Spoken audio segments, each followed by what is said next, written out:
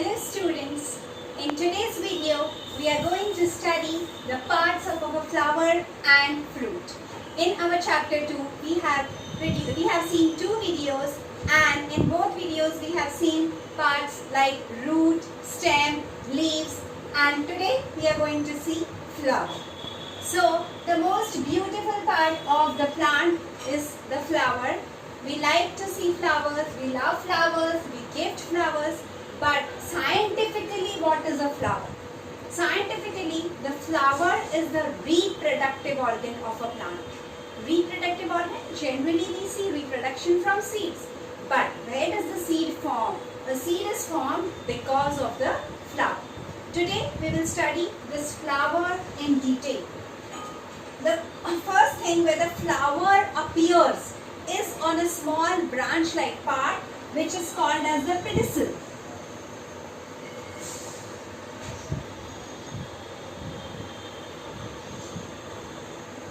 On this pedicel, the one end is attached to the plant and the other end becomes swollen, which is called as a receptacle.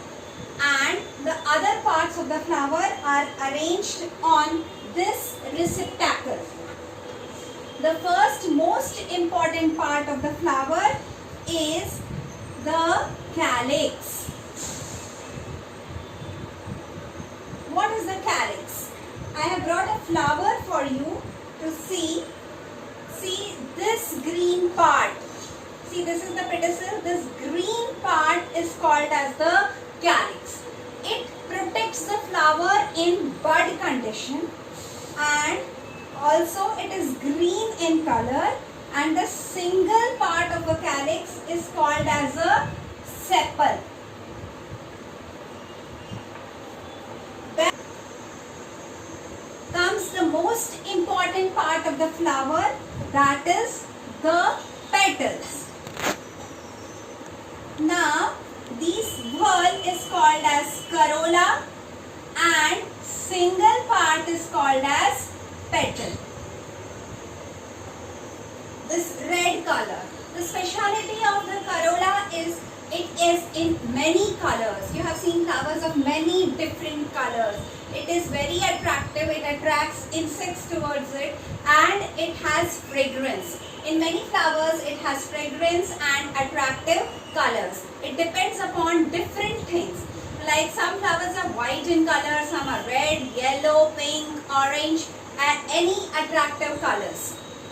Then comes the third whorl of the flower, which is called as the androecium. It is the male reproductive organ of the flower. These yellow colored parts which are seen in the flower is called as the androecium. It is the male reproductive part of the flower. The single part of this, like the single part of the calyx is called as sepal, single part of corolla is called as petal, the single part of androecium is called as anther. It is made up of stamens and a filament. You can see its structure. This is the anther and this is the filament. This anther further contains, I have taken a transverse section, it contains lakhs of pollen grains in it. You can see these yellow colored parts in this hibiscus flower. This yellow colored part are called as the androecium and the single part is called as the anther. It is the male reproductive part of the flower. And finally we see the female reproductive part or the gynoecium. It is the female reproductive part. It is called as the gynoecium. The single part is called as the carpel. It further consists of three important parts. The stigma. This upper sticky part is called as stigma. The long tube-like part, not necessary that all flowers have a long tube-like part, but this hibiscus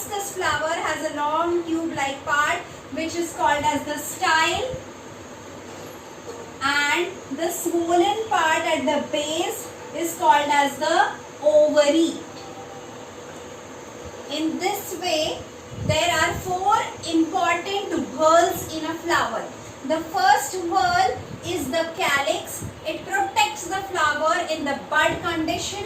The second whorl is the corolla. It is made up of petals. It has attractive colors and fragrance. Its function is to attract insects. The third whorl is the androecium. It is the male reproductive organ of the flower. Its single part is called as the anther, and it consists of the anther and filament, and it consists of many stamens. Then comes the female reproductive part, or the gynoecium. The gynoecium single part is called as a carpel. Its upper part is called as stigma. It has a style and a swollen ovary. Slowly and steadily, as the flower develops, this ovary turns into a fruit, and some seeds are present in this fruit which act as the further reproductive organ. Hence, flower is called as the reproductive organ of the plant. Hope you all understand the structure. Not only the hibiscus flower, but all other flowers also have all these four whorls. I have brought a flower of this night beauty, and this flower also has all these four whorls. This is the pedicel. Actually, pedicel and calyx are below, and this is the corolla, white colored, fragranted. And once I remove this, you can see this yellow colored anther and this white colored carpel. I think you can see this yellow colored anther lobes and this white colored carpel. This is the stigma.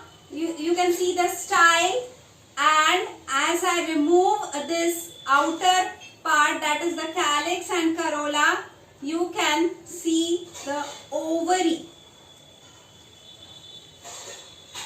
This is the stigma, this is the style, and this is the ovary.